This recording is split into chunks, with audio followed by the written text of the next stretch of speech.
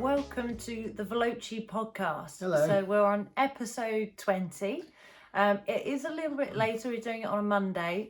Being brutally honest, I've been on a hen do in Oxford, haven't I, for a weekend? Not car related So at all. We had to drive there, I suppose. It was a private thing rather than a business thing. But yeah, it was. Anyway, I survived. I've got back in one piece. No hangover, which is always a result, I would say. I would say so. So there was a cheeky McDonald's at midnight, but I think that's That probably staved it off. Probably, that's what I tell myself anyway. So anyway, back here on a Monday, and obviously we're going to chat through like we normally do. We're going a bit more roady this week, aren't we, with some stuff? A little bit, yeah. And then obviously focusing on the Grand Prix that's already happened, because we haven't got a Grand Prix this weekend. But we do have an exciting new format coming up for next weekend, don't we? Do, yes. So what have we been up to this week? Well, so I did a kind of mixed road and Millbrook coaching day, didn't I? Which went down really well. It's the first time we've done lots of stuff at Millbrook over the years, but it's the first time we've done a specific course where we've taken somebody out and done sort of roadcraft and then gone to Millbrook and looked at dynamics and then mixed them together in the afternoon. Yeah. And I think it was a format that worked really well, actually, to be honest, because it's Millbrook's a great place to go and visit anyway, isn't it? And I think, the chap I was with he really enjoyed it. Yeah, I think it's one of those, I mean, personally, there's so many fantastic places that we're going to be using for dynamics going forwards, and some places are going to be in Europe to make it even more exciting and more of a trip. But what's great about Millbrook, if you haven't been there, there's just so much to do and see. It's like an adventure playground for cars. Yeah, and there's a lot of filming that's done there, isn't there? So certainly James Bond was filmed there, wasn't it? Was that various adverts. Casino Royale. Casino Royale, and he rolled his Aston. They did something crazy, like destroyed 20 Astons. Well, I think they couldn't get it to roll, so they had to fire a cannon out the bottom of it. I suppose that's a good advert for Aston, that they don't roll. Just roll. They won't just fall over, will they? So so I suppose it's not a bad thing. But so Rich did that with one of our clients, which is great. Like I say, we will be using Millbrook, but that's obviously not the only venue we use for dynamics and things. It's very bespoke to the individual when we do the consultation. But yeah, that seemed to work well, didn't it? Yes, that was good. And then we've been at Porsche for a couple, I certainly have. A couple of days at Porsche. A couple of days. So down at Silverstone, doing that, which is always nice to do. Well, mainly to get out in the cars, to be honest. And do the coaching as well, because they have all sorts of things there too. So again, a great place to visit, of course, if you've got a Porsche, or you can pay for a 90 or half day and things like that as well. But so a facility which if you've not seen is certainly worth seeing at the same time, isn't it? Yeah. So away from that, your nephews have been racing. They've been karting. So their dad hasn't got much money. No. So they do the National Schools Karting Association, NATSCA, which their school, Tarpley High School, which Tom Oliphant went to, and he also raced in this. He's now a works BMW driver in the British Touring Car Championship. So they were racing in that series at Fulbeck, which I don't know where that is. So it's right next. Anybody who is listening to this who knows anything about karting, it's right next to PFI International. So you can see one kart circuit to the other. PFI International is our UK international circuit. So it's a bit like for F1, Silverstone, I suppose, being on the F1 calendar. But it doesn't make Fulbeck any less of a circuit. It just happens to be right next door to it. But yeah, what's so great about this format and championship, I mean, I did karting from a young age, and to be honest, I wasn't run by a team. It was just my dad and I. We didn't have the money, and even then, I mean, it's got worse, but even then there were constant people with, I won't mention names here, but people that some of them obviously become very well-known famous racing drivers, but constant chassis, tyres, engines, multiple engines to make one engine, rolling roads, you name it. It's like a mini Formula One. Now that in a way is mega if you've got the money, but for me, karting should be grassroots, as in anybody should have, to a degree, an opportunity if they like it, just like football or anything else, a shot at having a go. And I think that's what this is so good for, is the kids, you know, it's big grids, there's loads of categories, you know, it's the same karts. All it is though is it's more held back in the era of the karts. Also what you can do to the engines, that kind of thing, tyres. So it's more limited intentionally to make it, if anything, even more fair. So to get to the front of it means in some ways it can be harder in some respects, because there isn't really an advantage. Whereas when I karted, you could be with a team, you could have data, you could have multiple tyres, you could do so much more. You had the freedom to do so much more with engines. Okay, I appreciate that's not the case for all UK karting championships, but the category I happened to be in at the time was. So yeah, so really admired this. So you can actually watch this, can't you, on YouTube, on Next Level I think Motorsport. it's the first time they'd streamed it, I think. Yeah. Because again, you need the budget to do that. You need the money to absolutely. to But put it's the been live stream brilliant that started to be streamed. So I hope it grows, but in the right way, that they keep it very monitored, let's say, restricted. So then hopefully it means any kids, guys, girls, you know, any of these people can have a shot if they want. Well, apparently there were 11 girls out over the weekend. Oh, that was great. Yeah. So you've got 3 nephews in it, haven't you? Yeah. One who's in a different category. He's 12, so he's Yes. in cadet class effectively. And he just won the championship at the weekend. He kind of dominated it a little bit. Yeah, so most race weekends he has won majority of the races, hasn't he? He has. And got fastest laps. But it's almost, to be honest, more than anything, it's just his racecraft, the energy he has in the car. Not particularly the speed, is it? It's the racecraft. He's just he doesn't sit behind people for any length of time at all, and he really sets up moves. And bearing in mind, he's only 12, but he's read a few books, he's really getting into it. Actually, he's coming around this coming Sunday, hopefully, to go through some social media stuff, because he's only 12, but he really wants to get into that, get his name out there, because he knows his family don't have the budget to keep going and get into cars without some assistance. So and that's what I kind of love, is he's been able to show off his ability in karting without a huge budget, and hopefully we can utilise all this material, the fact that it's aired as well on YouTube, all that kind of stuff, to hopefully get other people involved. So yeah, congratulations to Lachlan Bott, and the other 2 boys did well, but they're in the junior class, aren't they? I don't know if that's any tougher or not. Don't know. I think we'll find out when Lachlan moves up, to be honest, Yes. whether you'll really know then.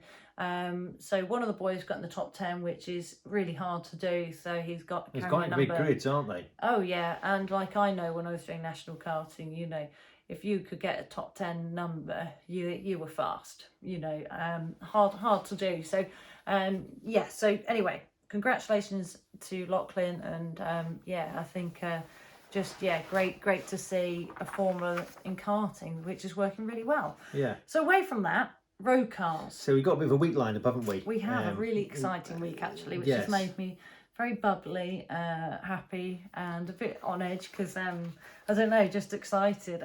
So going down to see, first of all, we've been invited to see the Toyota Yaris GR. And I have to admit, initially when somebody said, well, do you want to see the Toyota Yaris GR, I was like, really? Because I actually misunderstood totally and utterly what it was. Whereas basically it's almost a WRC car for the road. It's an extreme car, isn't it? I mean, it's very much a road car. When I was at the Speed Week at Goodwood, they had them there. They had the works rally drivers driving them about. Yeah. But what they've done is so what they used to do back in the day was to homologate a car. So in other words, if you wanted to rally it or race it, you had to build a certain number of them. And it used to be you had to build like 1,000 or 2,000. Well, the WRC regs now, you have to build 25,000 units. But this is a very special car. So I've been doing a lot of research on it. So Gazoo Racing, Toyota Gazoo Racing World Rally Team have been heavily involved in the development of this car. So they've made this as close as they physically can to the WRC car. Well, what they've done is without making it officially a WRC car, I suppose. But what they've done, it's the first time anybody's done it with these new regs, because now at the moment you have to take a Polo, for example, and you have to try and build a WRC car out of it. So what Toyota decided to do was build a WRC car, so that there were no compromises with it. So Tommy Mackinnon apparently wanted to have a much more of a sloping roof, but Toyota had to draw the line somewhere. Yeah. But they've essentially built a car for the WRC, and then they've got to go and try and sell 25,000 of them, which is, I think they've probably done by now. Oh yeah, well, I think every influencer on YouTube's got one. Well, I think honestly, anybody who's into their cars, this is like a hot hatchback, you know. But like I said, it is the extreme. Now, it's not meant to be. So when I did my research about it, it's not about you know, its looks. It's out there to win trophies. That's what they've said. So it may blend in as any other road car potentially. I mean, it does look beefier than that. That's not doing it justice. But to Toyota, it could blend in as any other road car to a degree, but underneath it's there to win trophies. So what that means is it's really very much a driver's car.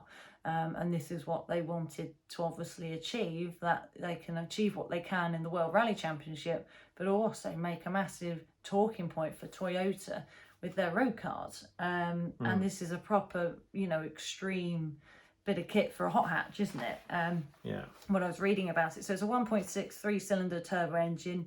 It's got 257 brake horsepower. Okay, so that's not loads of horsepower, but it's tiny though. But it's more about the fact that they've made it incredibly light. So power to weight ratio, all of that side of things. It's all about tradition really. So being very traditional, back to basics with race cars, isn't it? Yeah, it's manual. And they've created that with this car.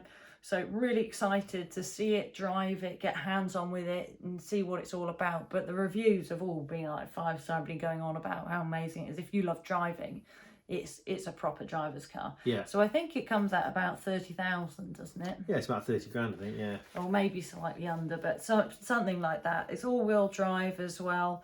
Yeah, so it's an adaptive model of the WRC car effectively. So we're going to do a YouTube video on that, so that will come out on our Veloce driving channel as soon as we get a chance to drive it, and then obviously you guys can get to see it and see our thoughts on it. Please interact with us as well. Let us know your thoughts if you have driven it already or know anybody that has. Let me know what you or let us know what you think. It'd be interesting just to gain your thoughts too. The more, you know, people tell us, I think the more of a feel you get, isn't it, for you know, how it's going down, let's say. So then we move on. We're going to be driving another car, which is a bit different. Yeah, other end of the scale. Really. Yeah, well, certainly for money anyway. So what are we going to be driving, Rich? So the Ferrari F8 Tributo. Yeah. So the I think it is kind of the last of the line of this car. Yes. So what, 458, 488. Yeah. And then this thing. It's kind of the heritage for Ferrari of the you know, the peak of the heritage of the mid-engine V8 for them. So they've had the 488 GTB, which apparently this is meant to be the evolution of. But most people are saying it's more like the evolution of the 488 Pista. Yeah, it's got the same engine as the Pista. It's probably a bit more road friendly perhaps than a 488 well Pista. That's what we'll find that out. So hopefully. Basically that's what people are journalists and people are saying in general, is actually it's more user friendly than a 488 Pista, but it's got that liveliness and character of a Pista. And it's got more poke than a Pista as well, hasn't it? Not quite to the same degree as a Pista. No. I mean, if you want the ultimate, you know, feel, feedback, handling, everything, I think the Pista's the way to go. But if you want a car that can still do pretty much all of those things anyway and be even more user friendly, then that's where this car has come in, really. Yeah, so it's got, what, 710 brake horsepower. Yeah, so the Pista's about 600 and something, isn't it? It's a bit more than a Pista. But of course, it's very light. So it's actually, it's got, well, compared to the GTB, it's got 50 brake horsepower more, 10% more aero improvement, but 30 kilograms less. Right. You know, so it's quite a bit less as well. Yeah, like you said, it's got the same engine, so 3.9 litre, you know, V8 engine. Massive downforce improvements. So they've changed the rear spoiler massively, and apparently it's gained 25% of downforce just on the rear spoiler. So that's quite something. And it's doing 0 to 60 in under 3 seconds. So they're quoting 2.9, but most manufacturers, we're a lot of quite conservative, so I wouldn't be surprised if it's even quicker than that, really. Biggest problem with that will be traction, I guess, really. Yes. Because obviously the 911 Turbo S is a bit quicker than that, but that's all-wheel drive. Yeah. And rear engine, which all makes a difference. So that's with just a two-wheel drive car or on road tyres, that's pretty incredible, really. It shows how clever it all is, really, in many respects, with its ability, not just with the car but the tyre technology. We easily brush over that, but that's the stuff that can make the big difference.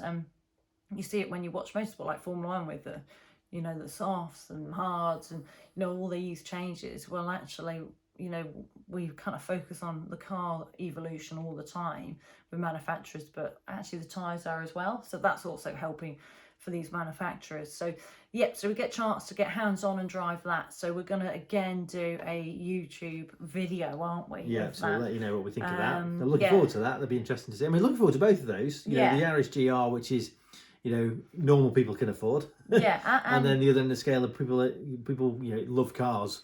Well, yeah, would look like to know a bit about, The Yaris, I'm really interested in, because I've got a Mark Point 7.5 Golf R, and I don't know what to get next. Now, of course, money comes into this for me, unfortunately, right now.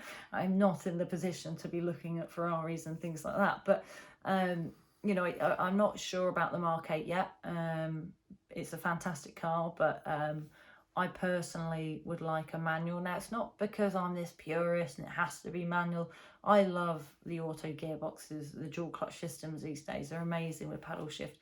But because of what we do for a living on the road, you can't be driving that quickly. So I like the added involvement. I like to be able to heel and toe, all that kind of stuff, really. And of course, for us, we need to be very fresh with our feet, let's say. So I always have this fear of going rusty, I think. I know what you mean. Great with an auto and left foot braking, all that kind of thing. And you've got a manual mode with your paddles, but I have this fear that suddenly, my heel and toe and all these things will get less and less. So it's going to be an interesting one. So we get to see both of those, but we've also kindly had an invite from Ferrari Egham dealership, which has been around for absolute years. When I was about, I would have been, so this is before I started karting, so let's say I was about 8, something like that. A lot of weekends I'd ask my dad if we could go to the Egham dealership and just look outside, look through the window and look at the Ferraris, and I'd be in awe, and they'd have things like F40s up to the latest stuff at the time, all sorts of things. And kindly one day they recognised me, invited me in, and they took me out in a Ferrari. I can't remember what model that's. Well, that'd be a 355, that kind of era. No, I think it was more modern than that. So 360 came after that, didn't it? Yeah, I think it was a 360, the very original. And they took me up and down the dual carriageway and drove me around all this, and it completely made my year, because as a kid, this was before I'd started karting, and I got close to this car and it sounded amazing. It was so noisy, and the guys were really good with me on the road, going through all the different modes and what it did.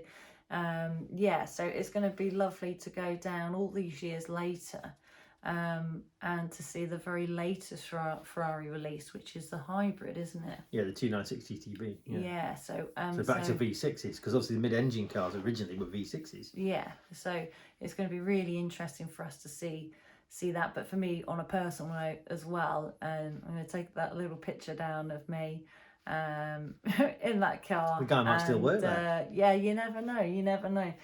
So for a couple of reasons. So that's all very exciting. So again, of course, you know what I'm going to say. We're going to do not just talk about it on the podcast next week we'll gradually talk about these cars over a few podcasts, because it's easy to talk about all three in one, but we'll break it up a bit. Spread them out a bit, yeah. Yeah. Otherwise, you can end up talking about road cars for the entire podcast if we're not careful.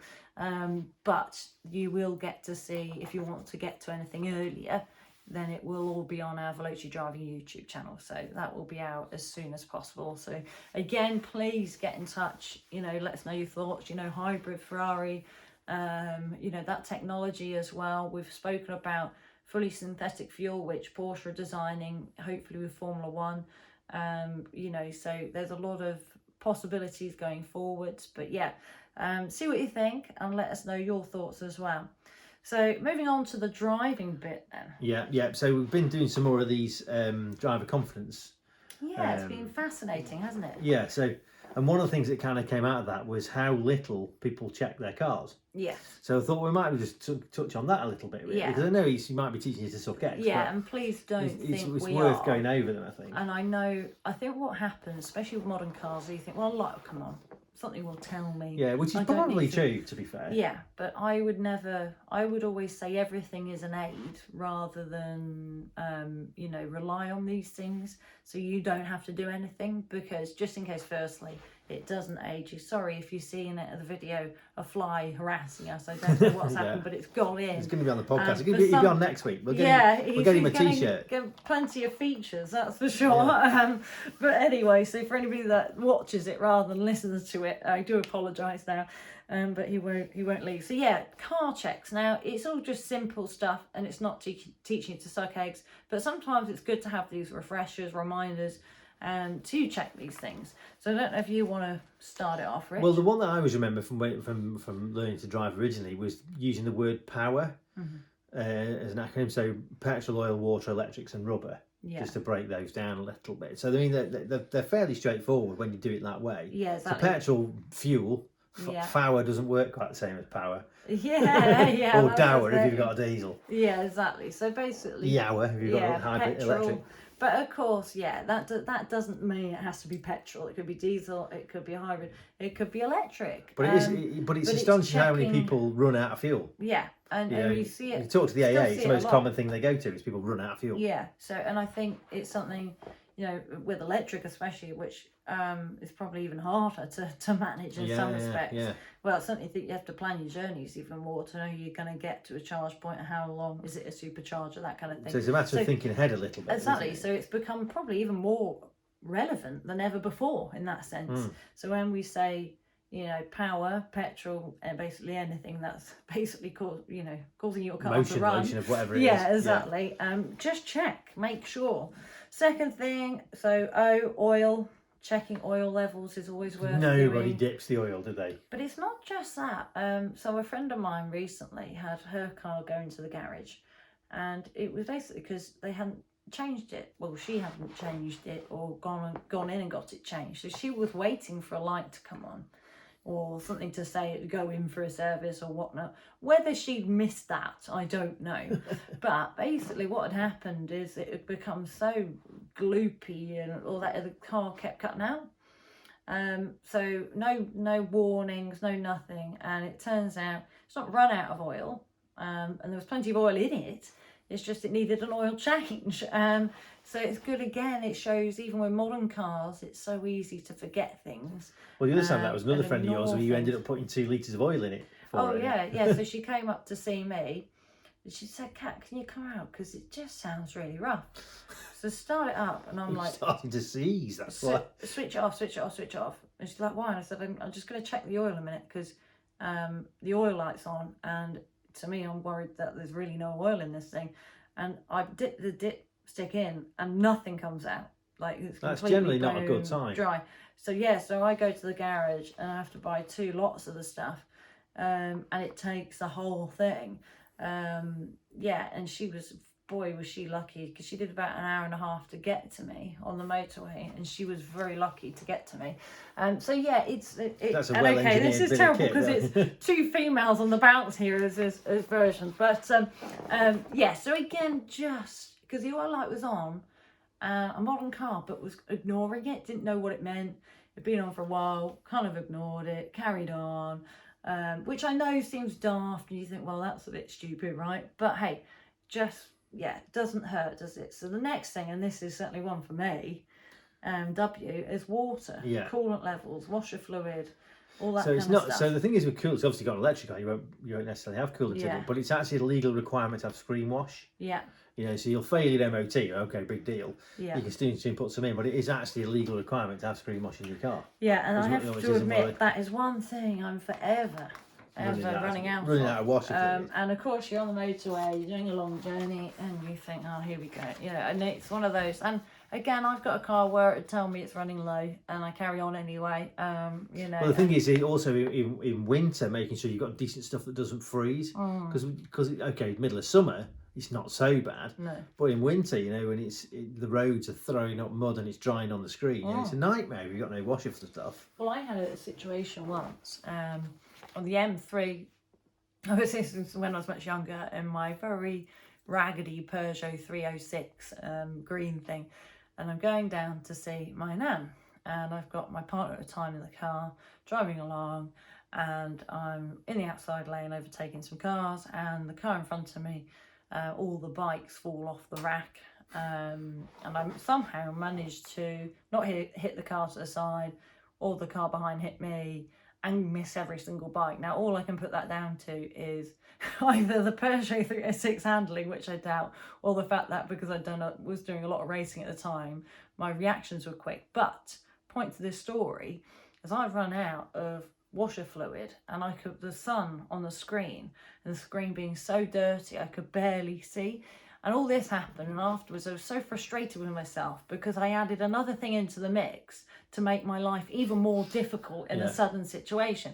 Now, I was lucky not to hit the bikes. I think, again, the training of, travelling not too close to the car in front, all things that we talk about all the time, plenty of space around you, all helped in that situation because, hitting, obviously, bikes at a high pace, could cause serious trouble and loss of control and gosh knows what. But I remember thinking that and then pulling over the next services because, of course, in my head thinking, oh, I'll get down first and I'll sort it. But in that situation with the sun shining, I could barely see in the first place, and it was just one of those things, being a daft teenager, to be honest, and carrying on. So it's absolutely worth it, let's put it that way.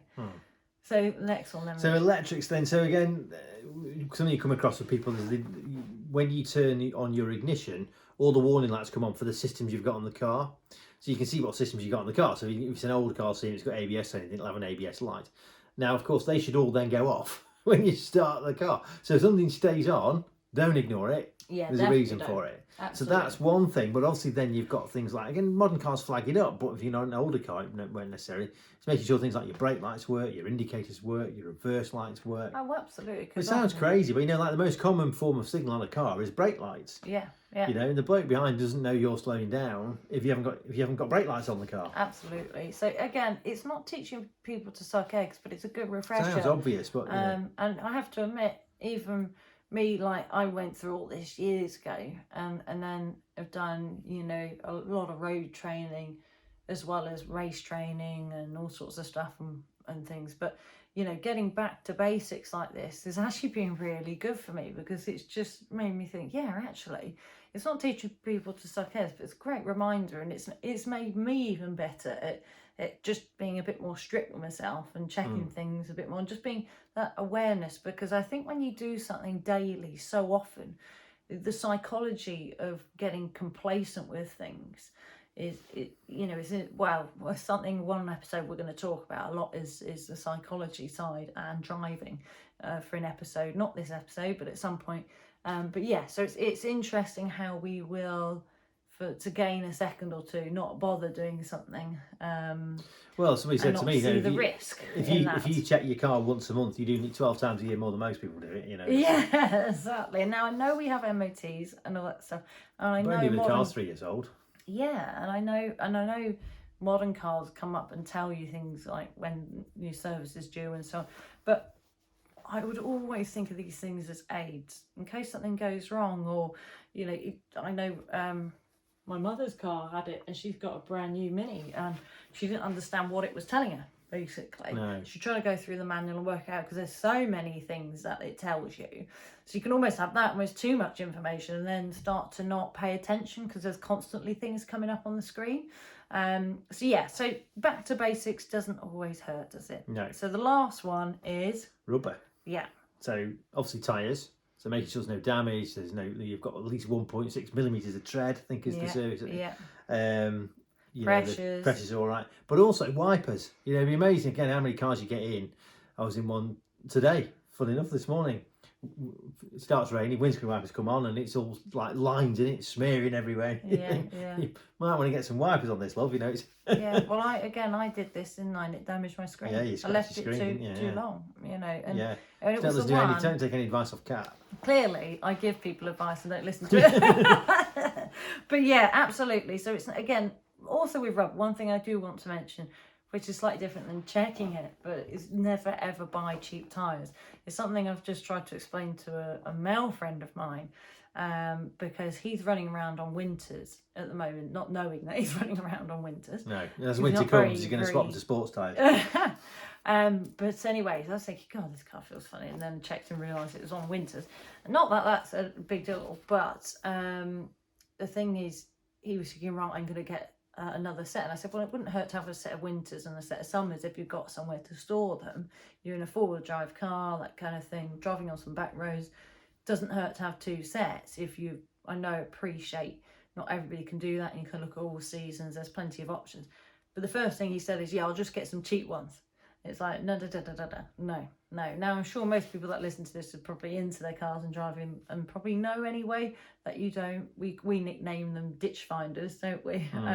It's so easy to go and think, well, they're only, what, 100 quid each, or blah, blah, blah, blah, blah, that'll do. But actually, I look the same, but they're completely different. The investment, I didn't really appreciate it. I did with motorsport, but I didn't appreciate it with road tyres until working much more closely with Michelin and just seeing the involvement and the money that is spent to evolve this rubber for many a condition as well. It's really evolved a lot. So all I would say to anybody is always have a really good look, research, make sure you get good quality tyres. And that really also applies to people that go and buy an SUV and think, oh, okay, SUV, great, I've got four-wheel drive, I've got all these gadgets, mega, but don't go then put a cheap set of tyres on it, because then it almost makes everything else redundant as soon as you are in the snow or difficult conditions. Well, even if it's on sports, it doesn't have to be cheap. If you're on sports tyres in an SUV, it will be hopeless in the snow. Absolutely, and it's easy to think, well, I thought my car would do that. Yeah, but it might not be the car. It's because the tyres. Yeah, your car will do that if you've got the right shoes on it. It's like me going skiing with no skis. All of a sudden my trainers. Well, actually, I'm a terrible skier anyway, so that's not a good example. But yes, you get our point. So anyway, it's not to teach you to suck eggs, but just so you're aware, we've actually on our social media channels, so that's across the board, on the the normal platforms, let's say, we started doing our little driving gems, one little sentence, little things that we're doing. We've just done a couple actually, and I've seen quite a few people save it, which has been really interesting and nice to see. So so it's working. So we're going to start also putting that online, so not only just talking about it on the podcast and doing our videos, but having little really short driving gem, one sentence things that gets you thinking about what you're doing, when you're doing it, that kind of stuff. So like I said, we already had a lot of positivity from that. So so if you are following us on anything with social media, you will get to see that a little bit more as well. So next section, motorsport. Yeah, so which I thought we're good at talking about all the time. We are. So we don't need to spend hours on because with the Aston Grand Prix, it's already happened. But it's nice to always sort of just go through more just to see what people's thoughts are on it, really. Yeah. So again, this is where you guys come in. It's great getting direct messages and just seeing what your views are. Please feel free to, get in touch with us. So Austrian GP, anybody who's into Formula 1 will know probably who won, who was on pole, all that kind of stuff.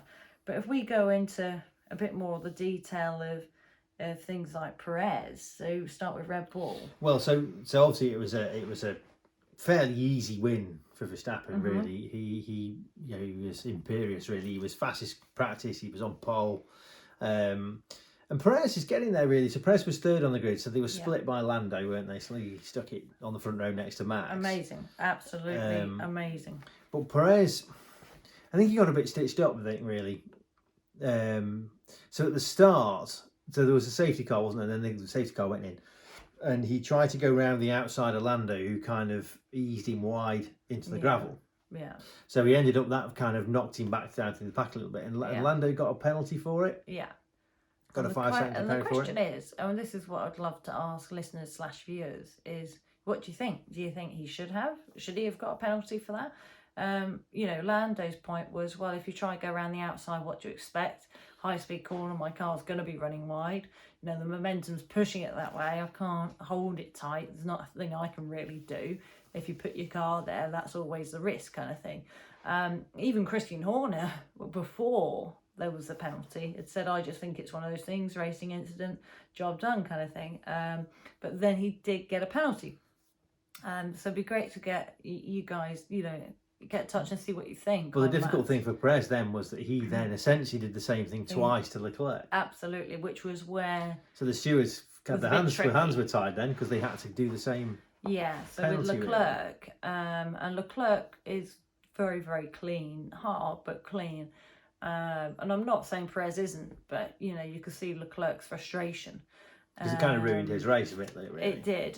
So I think basically what happened is after the first one with Perez, he just got flustered. And I think that just again shows, like I said, we're going to do an episode on the psychology of it, but, with the driver's mind during the race, it hadn't gone to plan. He went for this move, it didn't happen. He was then working his way back up the order.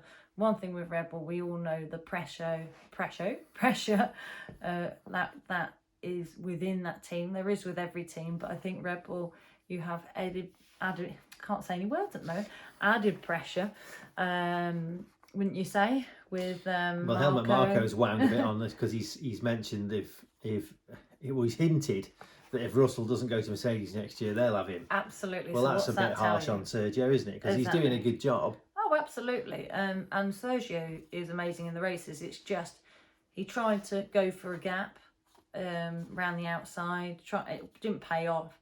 Then I think, to be honest, he lost his head a little bit. Well, he was out of position then, wasn't he? So he shouldn't have been where Leclerc was, really.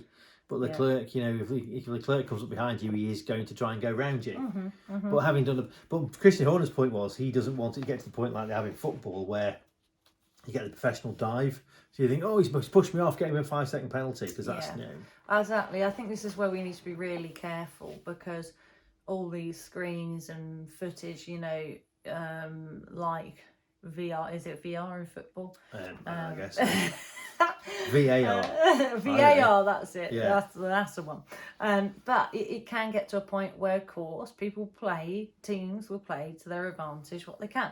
And, of course, it's like these track limits, these moves. If penalties become more of a frequent thing, will it then become a thing of, well, I'll do that. I'll get in some position where I might get pushed off. And then they get a big penalty and that gets me ahead anyway. It might be a risk, but I'll get ahead anyway because he'll be further down the order because they have to stop in the pits or they'll put it on at the end of the race. So, I actually really agree with Christian that we have to get this balance of obviously making sure that they're not being stupid about things and being dirty. There's hard and fair, and then there's dirty, isn't there, with driving. But also not getting trigger happy with penalties, I think. And it seemed a bit OTT with everything. I put it down to a bit of a driving incident with Lando and Perez at the start. I agree with Lando that if you've got a lot of momentum, it's hard to keep these cars tight. The car's running wide. If you put yourself, personally, if I put myself on the left, and I was fully alongside, but I was on the left on a quick corner, I would kind of expect potentially to run out of room. So it'd be lovely to know your thoughts on that. Moving on to Mercedes, Bottas had a much better weekend. Yeah, better weekend for Bottas. So Hamilton seemed to struggle a bit. Now he's in Bottas's car. Yeah, which is he's interesting. Not quite on it, isn't he? I don't know because the other race he did beat Bottas, didn't he? Yeah. Who knows? There's a lot of theories with this. He had damage on the car from going across the curb, didn't he? Yeah. So who knows? But I just wonder if Mercedes have given up on the year. Whether they're going to focus on next year's car. And I don't think that's how they work. I think that's why, if you notice every interview with Toto, he's a completely different man at the moment. He looks incredibly stressed. He looks incredibly serious. He's trying to gain anything he can, whether it's slow the pit stops down, do this, do that. They're not used to losing. They've had it, I wouldn't say comfortable for 7 years because, you still have to work bloody hard to get into that position. So it's never fair to use the word comfortable, because they've all worked massively hard behind the scenes to get into that position. But I think, unfortunately, they've got so used to it that the toys are a little bit out the pram at the moment, aren't they? Because suddenly it's not going their way. Well, maybe we've had a run of circuits that suit Red Bull. Well, that's the question. And again, something that we can ask you guys. What do you think? Do you think it is? Is it down to that at the moment we've been on circuits that suit Red Bull, and as the year goes on, will it change? You know, it's all things up for debate, isn't it, really? Silverstone next, so... Yeah, absolutely. Which will be interesting, because that's running the new format, isn't it, really? Yes. It'll be interesting. So we'll talk about that a bit next week, won't we? Yeah, yeah. Should we move on to next week, or do you want to mention Ferrari? Well, I mean, Ferrari, pretty much of a muchness. I think the interesting thing that came out of the weekend, really, and it's been building up for this, is Alonso getting stronger and stronger and stronger. And Ocon now has started to blame the car a little bit. Okay, so the Alpine, not Ferrari. Sorry, I was getting confused. I thought we were going back a few years for a minute. Then Ferrari and Alonso. Absolutely. It's since Ocon's been signed, suddenly it's been a bit unfortunate. He's been signed, and then Alonso's found his feet, which is always going to happen. And bang, he's becoming quite dominant. And in many respects, I think he is very good. His emotional intelligence is very good, so he'll know how to get underneath the skin of another driver. He'll know how to get the team around him. He'll know how to take control of the team if there's not somebody strong enough.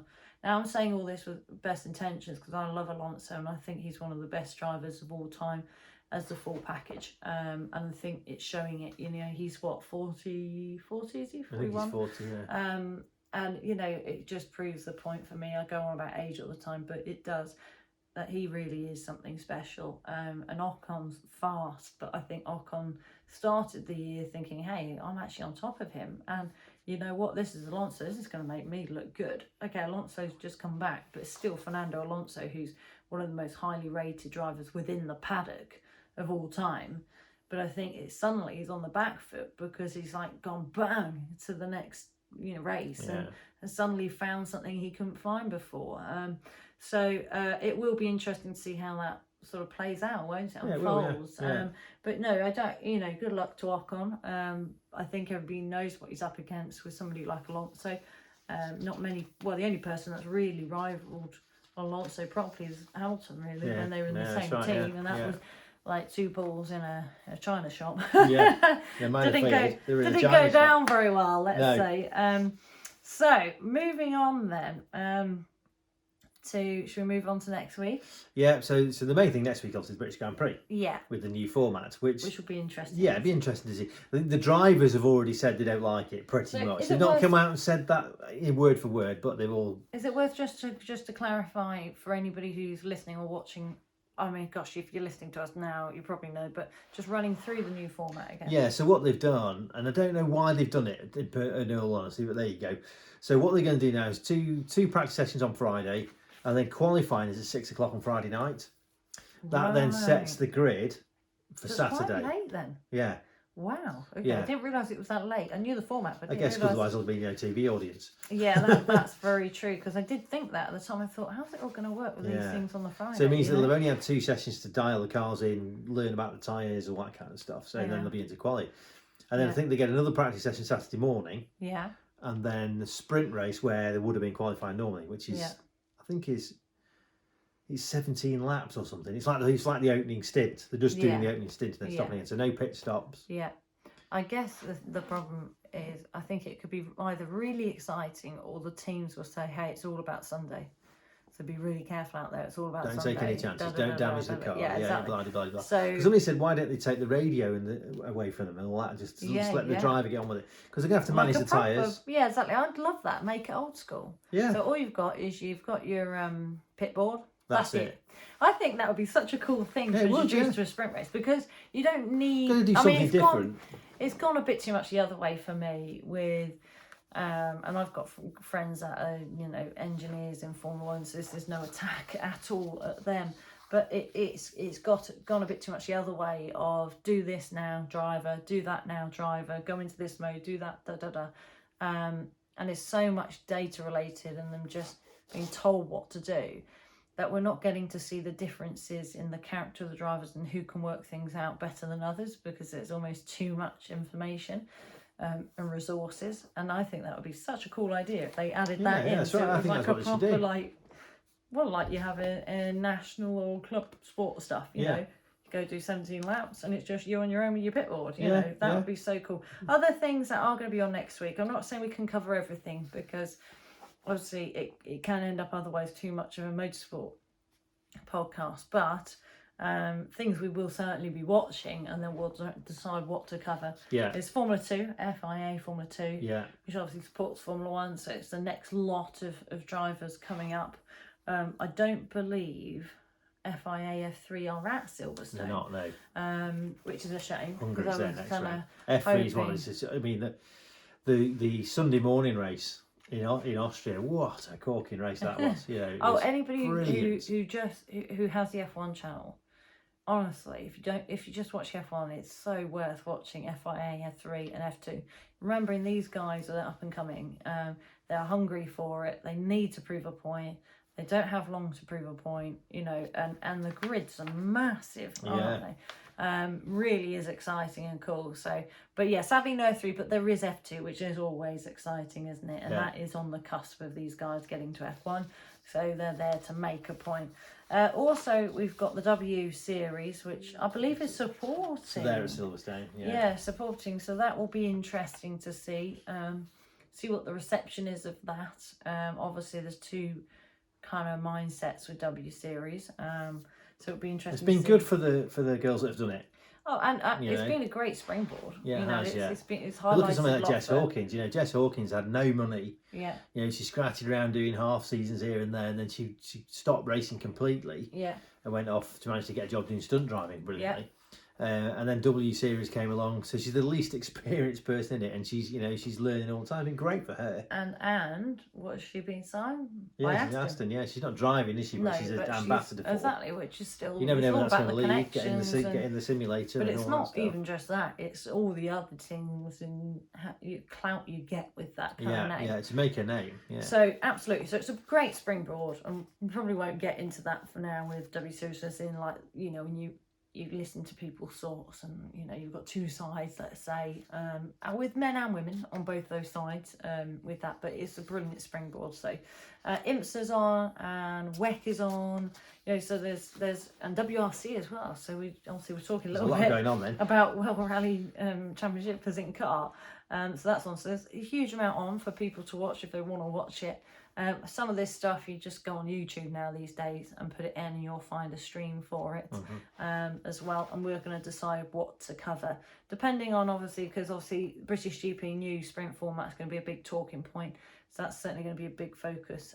But we will see kind of what's eventful, I think. Yeah. And then take it from there of what's going to be an interesting talking point.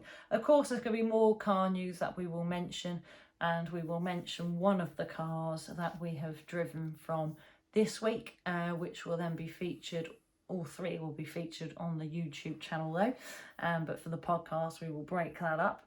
Also, we've just had release of an exciting guest, haven't we? F1 fitness and performance coach Simon Reynolds. So that's been a one-to-one interview. He was with McLaren for 14 years. 14 years, yeah. He's worked with everybody you can probably think from the earlier days of Lewis then, to Kovalainen and people like that. Lando Norris, you know, so a great stint, some amazing drivers.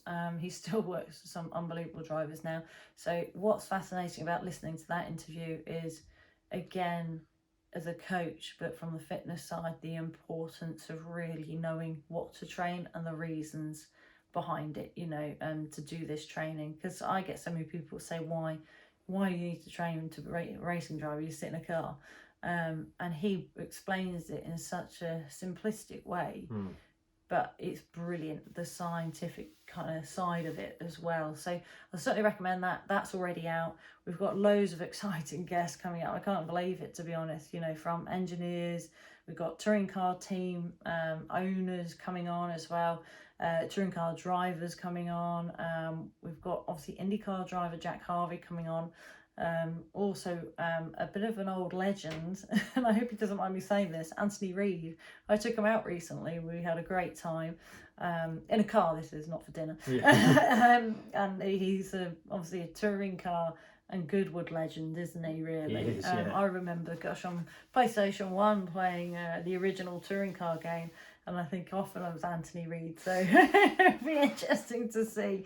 So we've got loads and loads coming up, but we're trying to break up our special interviews with what's going on with our own stuff as well, just so it's not too many specials and it takes away from the kind of original format of the podcast, let's say. So lots to look forward to and enjoy. Please do get in touch. We haven't done an interactive question this week just because of, to be honest, we had so much to cover with road cars and what we're going to see. We will do an interactive question next week, of course, but instead we've made it a bit more interactive in other ways with your thoughts of Formula One or any of the cars that we've mentioned as well. If you have any questions on driving tips, please get in touch. So I think that's it from my side. What about you? No, that's all good. Right, so thanks so much for listening / watching. We're on social media. Don't mean to make it sound like a sales pitch, but you know, really appreciate all the support that we're getting. It's growing all the time and we absolutely love it. We just want to share our passion with everybody else, so we appreciate your support. So if you know of anybody else who, of course, you think would like this, then give us a nod or give them a nod. Thanks so much, guys, for listening and watching. Thank you. And hopefully we'll catch up with you next week. Okay. Bye.